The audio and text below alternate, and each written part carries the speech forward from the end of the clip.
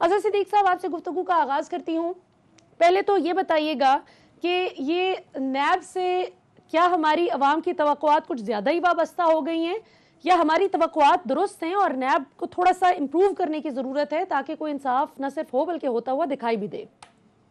ये बहुत शुक्रिया आपका। इशू तो आपने बड़ा अच्छा इस कॉन्टेक्स्ट में उठाया है कि नैब को हमेशा से हरफ तनकीद बनाया जाता है, लेकिन नैब की परफॉर्मेंस आउटस्टैंडिंग रही है।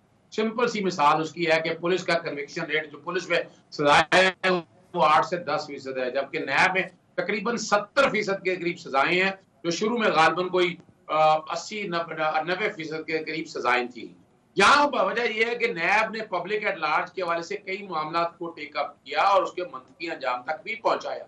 सियासी लोगों के हवाले से ही मामले आएंगे, लेकिन नैब को जानबूझ के कंट्रोवर्शियल बनाने की कोशिश की और उसका डिसएडवांटेज ये है कि अब दूसरी और तीसरी जो तरमीम आई है उसमें ये माफिया शायद जो इस तरह के जो माफिया हैं जो पब्लिक करते हैं वो शायद निकलने की कोशिश करेंगे। ये सोचने वाली बात है कि नैब को अब जो रिस्ट्रक्चर भी अगर करना है तो इस तरह रिस्ट्रक्चर नहीं कर देना कि नैब के आप दांत ही निकाल लीजिए। बाहर लग जा रहा है कि यहाँ से नैब के दांत निकाल लिए जाए। और एक खबर देता चलूं आपको मैं कि ये जो तीसरी तरमीम आई है, तीसरी तरमीम को खत्म करने के लिए सेनेट के लिए बाकायदा मीटिंगें चल रही हैं और देयर इज अ पॉसिबिलिटी को शायद उसको डिस्प्रूव करवा लिया जाए। इमरान खान ने अगर कोशिश भी की है उनकी गवर्नमेंट ने, तो वो भी उसका मंतकी अंजाम की तरफ शायद ना जाने दिया जाए। अब जो इशू जो आपने बात उठाई है वो बड़ी अहम इशू है। नैब का जो इदारा है उसका तरीकाकार यही है कि पहले शिकायत जाती है, उसकी कंप्लेंट की वेरिफिकेशन होती है, फिर वो अपग्रेड होती है इंक्वायरी में, फिर वो इन्वेस्टिगेशन में कन्वर्ट होती है, फिर रेफरेंस फाइल, इतनी स्टेजेस हैं। उसके बाद यही वजह है कि कन्विक्शन रेट बेहतर है। लेकिन यहाँ जो जो जो असल बात आपने उठाई है वो सोचने की ये है कि एक बात बता दूं, मैं पब्लिक इंटरेस्ट में गुज़श्ता 20 सालों से काम कर रहा हूँ और हर गवर्नमेंट के अंदर ऐसी ऐसी पटिशन है जिन्होंने 3-3 अदवार देख लिए हैं। ये पहली गवर्नमेंट है कि उन्होंने चीजों को मंतकी अंजाम तक लेके गया है। मैं मिसाल के तौर पर चीनी की कमीशन रिपोर्ट अगर आ जाए, गंदम की कमीशन रिपोर्ट आ जाए, पेट्रोलियम प्रोडक्ट के हवाले से जो बहरान पैदा हुआ उसकी कमीशन रिपोर्ट आ जाए, आईपीवीज की कमीशन रिपोर्ट आ जाए, लोन्स के हवाले से कमीशन रिपोर्ट आ जाए, ये मैं क्रेडिट देता हूँ इस गवर्नमेंट को। यानी इन्होंने कोई अभी अलग बात है कि मामला कोर्टों में चले गए, कोर्टों में यानी 2-2.5 साल तो चीनी के मामला में हो गए। पहले मुख्तलिफ हाईकोर्टों में गया, सुप्रीम कोर्ट ने सेटल किया और चीनी की कीमत के हवाले से लाहौर हाईकोर्ट के जस्टिस शाहिद जमील के पास गया और तमाम शुक्र मिले आई। बाकायदा 8-9 महीने की एक एक्सरसाइज हुई, इनकी मर्जी के मुताबिक कीमत मुकर्रर की गई। जब वो कीमत मुकर्रर एनफोर्समेंट का फैसला आया तो अब ये नई जहद ले आए कि ये 18वीं तरमीम के बाद वफाक का नहीं सूबों का इख्तियार है। और ये मामला इस मामले में कानूनी अपने दाव पेज के अंदर ये फंसा हुआ है। और गंदम के हवाले से मैंने कोशिश की है कि मैं वो चीजें भी सारी सामने लेकर आ जाऊं, लेकिन यहाँ सोचना ये होगा कि इस गवर्नमेंट को अपने इन इश्यूज को सही तरह पब्लिसाइज भी करना है। यानी अगर आप पेट्रोलियम प्रोडक्ट्स में आ जाए, मैंने ये बाकायदा पटिशन दायर करके मैं पिछले को 8 सालों से लगा हुआ हूँ।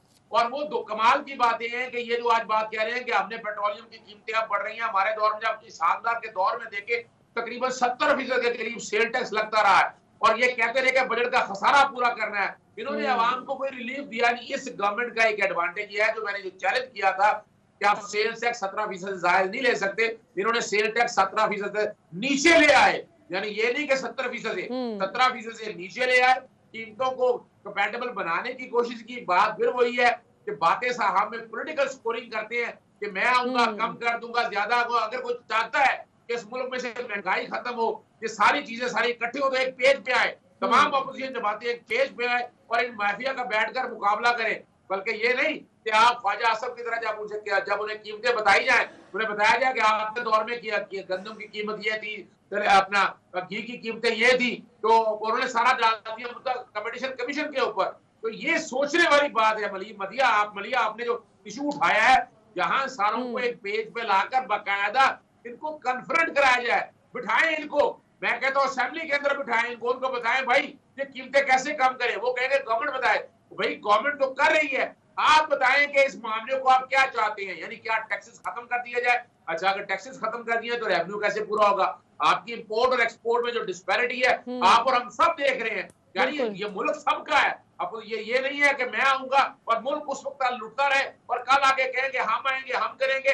ये वतीरा में इन अपोजिशन जमातों को खत्म करना है, वो नहीं खत्म करना है इन्होंने। यही ये बुनियाद है जिसकी बुनियाद पर ये इलेक्शन लड़ते हैं और सारे मामला को लेकर आगे चलते हैं। बिल्कुल सही। अच्छा, ब्रिगेडियर फारूक हमीद साहब, आपकी तरफ मैं आना चाहूंगी। एडवोकेट अजहर सिद्दीक साहब ने बहुत सही राइटली पॉइंट आउट किए चंद बहुत चीदा फंडामेंटल मसाइल जो कि हमारे सिस्टम की जड़ों में बैठ गए हैं।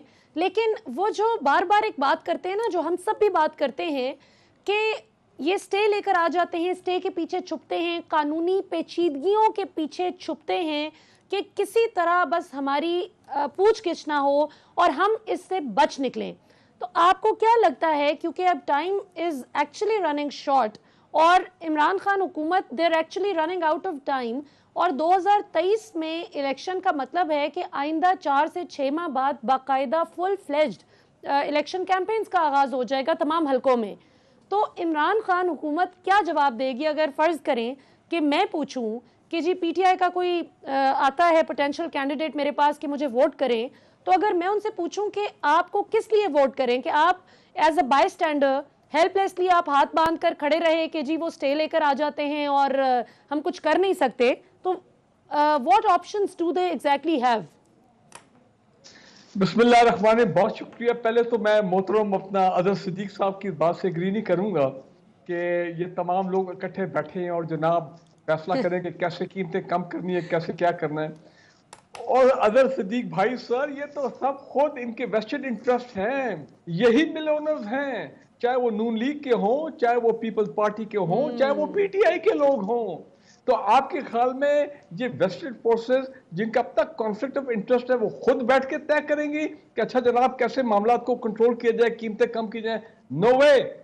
मैं ये कह रहा हूं कि यही जो इस वक्त अपना पीडीएम को रिवाइटलाइज कर रहे हैं, ठीक है, उन्होंने एक बहाना मिल गया उनको प्राइसेस का। मैं भी अपसेट हूं, आम और लोग भी अपसेट हैं, बिल्कुल। लेकिन वो तो आप मुझे ये बताएं कि वो खुद जखीरा अंदोजी कर रहे हैं। आज की खबर है, एक मीडिया चैनल बता रहा है, पता नहीं सच है क्या, उम्मीद करते हैं कि चले मान लेते हैं उनकी बात, उनकी खबर को, कि इत्तफाक शुगर फिल्म से 55,000 बैग्स ऑफ शुगर जो है ना वो कॉन्फिस्केट किए गए।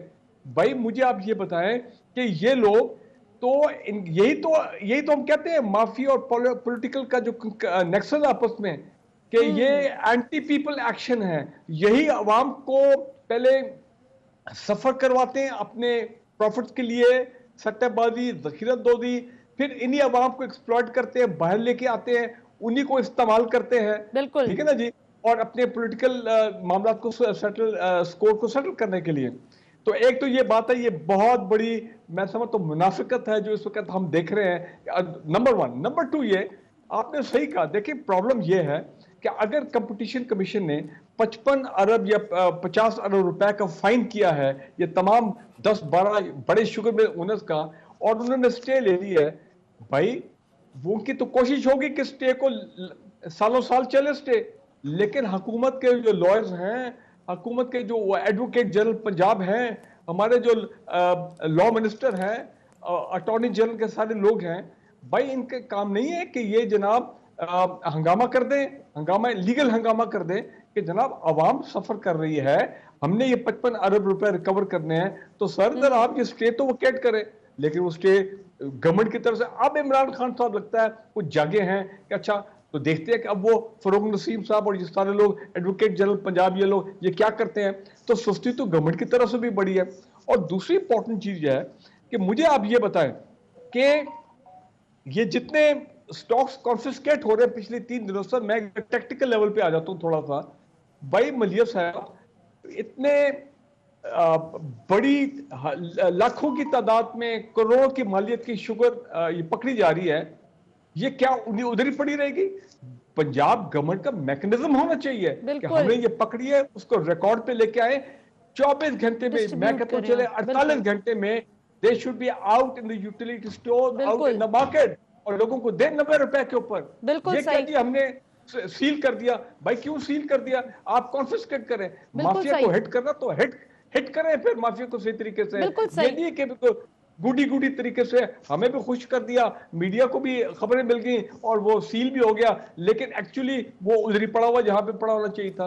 अंदर से ये सब लोग मिले हुए हैं। जो भी बिल्कुल सही। ऐसी सूरत। अच्छा ब्रिगेडियर साहब, आपने जिस शुगर मिल की तरफ निशानदेही की, मैं बताती चलूं कि अहमदपुर शिरकिया की बात कर रहे हैं ब्रिगेडियर साहब। वो जो शरीफ बरादरान की बताया जा रहा है मुबैना तौर पर जो उनकी शुगर मिल एक जिसमें 55,000 टन की जो चीनी थी वो जखीरा अंदोजी का शिकार हो चुकी थी। और यही प्रिसाइजली एडवोकेट अजहर सिद्दीक साहब, इमरान खान साहब ने भी अपनी गुफ्तगू में रीसेंट तकरीर में इसको मेंशन किया कि सिंध में 3 ऐसी शुगर मिल्स थी जो जानबूझकर बंद की गई थी, जिसकी वजह से पंजाब में जखीरा अंदोजी शुरू हो गई। तो ये आपको क्या लगता है कि अब वजीर आजम साहब भी, मतलब हमारे मुल्क पे मुझे कभी कभी इतना तरस भी आता है अवाम पे भी और इस मुल्क पे भी, कि हमारा वजीर आजम भी बेचारे हेल्पलेसली इस माफिया की हरकतें बता रहे हैं कि ये किस तरह से अवाम को तकलीफ पहुंचा रहे हैं। उनके पास भी शायद मुझे लगता है कि बहुत ज्यादा ऑप्शंस नहीं हैं कि वो जो वायबल हों, जिनसे वो वाकई हिट कर सकें। ये ब्रिगेडियर साहब का मशवरा बहुत जबरदस्त है कि ये सिर्फ गोदाम सील करने से फायदा नहीं होगा, इसको फौरी तौर पर मार्केट में आउट किया जाए। अभी कल हम खबर सुन रहे थे और जो हमने देखा भी, मीटिंग की डिटेल्स भी आई कि जो पाकिस्तान शुगर मिल्स एसोसिएशन का वफ्द मिला है चीफ सेक्रेटरी पंजाब से, और उन्होंने कहा है कि जी अब हम मिलकर इन मसाइल का हल करते हैं। तो आपको लगता है कि कोई ये सिर्फ मट्टी झाड़ी गई है या वाकई कुछ होगा? देखिए, वेस्टेड इंटरेस्ट है इन सबके, कॉन्फ्लिक्ट ऑफ इंटरेस्ट के हवाले से भी बात बड़ा है। आपको पता है कि पाकिस्तान पीपल्स पार्टी, पाकिस्तान मुस्लिम लीग नून, पाकिस्तान मुस्लिम लीग काफ, पीटीआई के अंदर और कुछ ब्यूरोक्रेट्स, कुछ रिटायर्ड जर्नल, ये उन सब का एक गठजोड़ है बड़ा वाज़ेह तौर पर। और ये याद रखिएगा, ये हमेशा जो गवर्नमेंट टॉपल गवर्नमेंट बनाई जाती है, हमारे यहाँ ये शुगर वाले जो लोग हैं ना, ये गवर्नमेंट गिराने में और बनाने में भी बड़ा किरदार अहम रहा है और हमेशा से पावर कॉरिडोर का हिस्सा रहे हैं। आपके सामने मिसाल देने की जरूरत नहीं, ताजा तरीन मिसाल में भी अगर जहांगीर का रोल भी देख लें तो आप समझ सकते हैं। इससे पहले भी इशू जो है ना यहाँ ये सारा जो महंगाई का बोझ और एक सारा डाला जाता है वफाक पे। हालांकि हैरानकुन बात है कि 18वीं तरमीम के बाद डेली कमोडिटीज जितनी भी है वो तो सूबों के पास आ चुकी है। और ये हम जो इमरान खान को हरबे तनकीद, यानी बिलावल साहब भी इमरान खान को तनकीद का निशाना बढ़ा रहे हैं, जहां नवाज शरीफ और ये सारे, भाई वफाक का ताल्लुक है क्या? ये मैं चैलेंज कर रहा हूं आपके चैनल के ऊपर आकर, जस्टिफाई करें इस बात को। यानी मैं एक सिंपल सी मिसाल आपके सामने देता हूं, नेशनल फूड एंड सिक्योरिटी, ये स्ट्रेटेजिक इशू है कि जिसने सारे इस मामले को देखना है। चीनी के हवाले से जब ये मामला उठाकर वफाक तक लेकर गए तो वो मान लिया इस बात को, लेकिन कमाल की बात है कि वो 18वीं तरमीम का सहारा बनाकर अब लाहौर हाईकोर्ट में पिटीशन को चल रही है। और ये गवर्नमेंट को बताना चाहिए कौन को कि नहीं भाई हम क्या करें, कि सूबे लेकर बैठे हुए हैं। और दूसरी जहां तक बात है कि वो जो कीमत फिक्स की है वहां उन्होंने बाकायदा सूबों के हवाले से भी फिक्स की। अब घी की कीमत अगर आप उठाकर देख लें या गंदम की कीमत उठाकर देख लें, कि सब सूबाई सब्जेक्ट है, लेकिन दाना वफाक पे जाता है। और 18वीं तरमीम के अंदर जो जादू चला है ना, वो जादू में एक जादू ये भी था। और ये सारी जो मैच सीरीज देखे ब्रिगेडियर साहब जो बात कर रहे हैं वो ठीक है, एक दूसरे के अब तक इन्होंने बैठना नहीं है, कॉन्फ्लिक्ट ऑफ इंटरेस्ट है, लेकिन मैं समझता हूँ कि मौजूदा गवर्नमेंट को फ्रंट लाइन पे खेलना चाहिए। वो आकर बताएं कि ये है वो माफिया। यानी जब इतनी मेहनत करके रिपोर्टें निकाल कर आपने सारा कुछ सामने ले आए, तो उन रिपोर्टों के आप यानी आप यूं ही ले लें आप कि मिसाल शुगर कमीशन के हवाले से पहले तो बात है कि यहाँ ये गलत किया कि मुख्तलिफ डिवाइड कर दिया, एससीसीबी करेगा, स्टेट बैंक करेगा, एफआईए करेगा, नैब। ये पहले दिन से काम अगर नैब को दिया होता तो ये जितने मसाइल पैदा अब हुए ना, यहाँ भी ब्यूरोक्रेसी डंडी मार गई इमरान खान के साथ, यहाँ भी कमीशन के अंदर लोग बैठे फायदा दे के इस माफिया को कि वो इसको डिवाइड इतना कर गए हैं कि आप सारे मामला जो है ना एक दूसरे में डाल दें। और ये जो काम आज भी अगर इमरान खान चाहते हैं कि इस काम को मंतकी अंजाम तक पहुंचाया जाए, तो आज भी ये सारी इंक्वायरी उठाकर छोड़कर ये नैब के पास ले आए। नैब में एक जीआईटी बने जो इन लोगों को बैठ के, और कोई मुश्किल काम नहीं है। भैया होता यहाँ क्या है, यहाँ अभी क्रशिंग सीजन शुरू होने वाला है, यहाँ पर गन्ने की कीमत जो सरकारी रेट मुकर्रर किया है, उस रेट में तो गन्ना खरीदना है इन्होंने, उस गन्ने को इन्होंने सूखा बाहर खुश्क कर देना है। कोई मॉनिटरिंग यहाँ पर नहीं है। ये जो काम है ना सेंट्रल कमोडिटीज, ये पूरे मुल्क के अंदर we need to have an authority. यहाँ एक अथॉरिटी बनाए नेपरा की तरह, पेमरा की तरह, जो बैठकर यानी ये सूबों से निकाल दें ताकि ये झगड़ा रहे ही ना। और वफाकी सतह पर अथॉरिटी जब पूरे पाकिस्तान में देखे तो फिर शायद कोई उम्मीद पैदा हो सकेगी, लेकिन बजाय नजर नहीं आता बिल्कुल सही। हालात